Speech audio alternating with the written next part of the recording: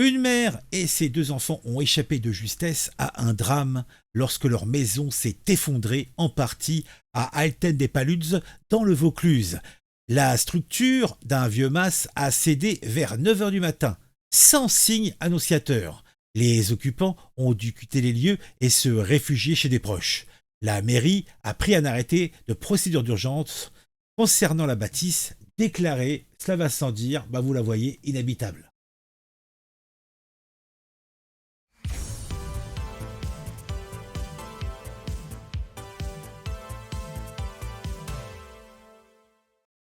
Alors je ne sais pas si je prononce bien le nom, mais c'est jeudi matin dans le village d'Alten des Paluds, dans le Vaucluse, que une mère et ses deux enfants sont parvenus à fuir leur bâtisse avant que celle-ci ne s'écroule en partie. De toute façon, vous voyez l'image, vous voyez bien que la maison, telle la mer Rouge, s'est ouverte en deux.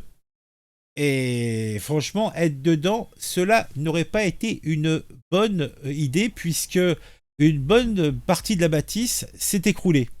Le drame a été évité de peu et c'était jeudi matin aux alentours de 9 heures en face du magasin U d'Alten des Paludes. Pour ceux qui connaissent, moi je connais pas. La structure d'un vieux mas s'ébranle, ça vibre un petit peu. Depuis le jardin, donc de la maison, la propriétaire perçoit des craquements. Elle voit l'immeuble vibrer, elle sent qu'il y a un truc qui va pas, et elle se dépêche de rentrer dans la maison, dans le mas. Elle réveille ses deux enfants, leur enjoint de sortir, les traîne in extremis dans le jardin, et là, une partie de la bâtisse vient de s'écrouler sous leurs yeux. Le premier étage, environ 100 mètres carrés, et une partie du toit ont chuté, et cela bruyamment. De la poussière, des pierres, vous voyez le résultat, c'est impressionnant. À leur arrivée à l'angle des routes de Sainte-Hélène et de la Garance, les pompiers font intervenir une unité spécialisée dans le sauvetage et la recherche des victimes dans les décombres. Personne, heureusement, n'est blessé, mais les trois occupants et leurs chiens doivent plier bagages et se réfugier chez des proches. Alors, quelle en est la cause? Sans doute les intempéries et la sécheresse. Et puis l'effritement donc de ce qui tient les pierres les unes entre les autres, ça devient de la poussière à un moment donné. À l'origine du sinistre, sans doute l'état de cette bâtisse, une maison de famille déjà fragilisée par le temps et qui a subi ces dernières années intempéries et sécheresse. Selon les premiers éléments recueillis sur place par les gendarmes, l'écroulement serait arrivé sans prévenir. Aucun signe annonciateur, aucun événement déclencheur. Il n'y a pas eu de tremblement de terre, il n'y a pas eu de camion qui est venu rentrer dans la façade. Non. Le temps. Pas d'explosion, pas de choc, rien du tout. Non, tout cela ne semble avoir été à l'origine de cet incident que la vieillesse, la décrépitude, les pierres qui se désolidarisent, et à un moment donné, eh bien, c'est l'éboulement. Ça arrive, toujours.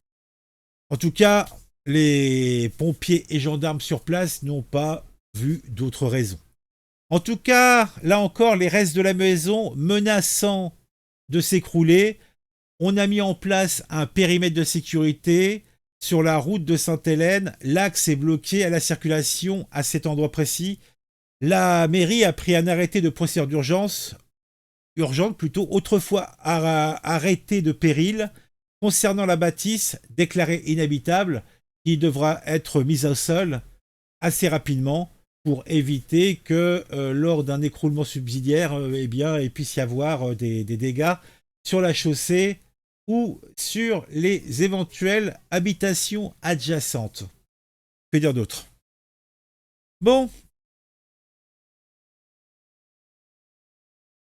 je pense qu'on en a fini. Je vous invite à mettre un j'aime, à mettre un commentaire. On se retrouve très vite pour une nouvelle vidéo sur un sujet qui m'aura intéressé et qui, je l'espère, vous intéressera aussi.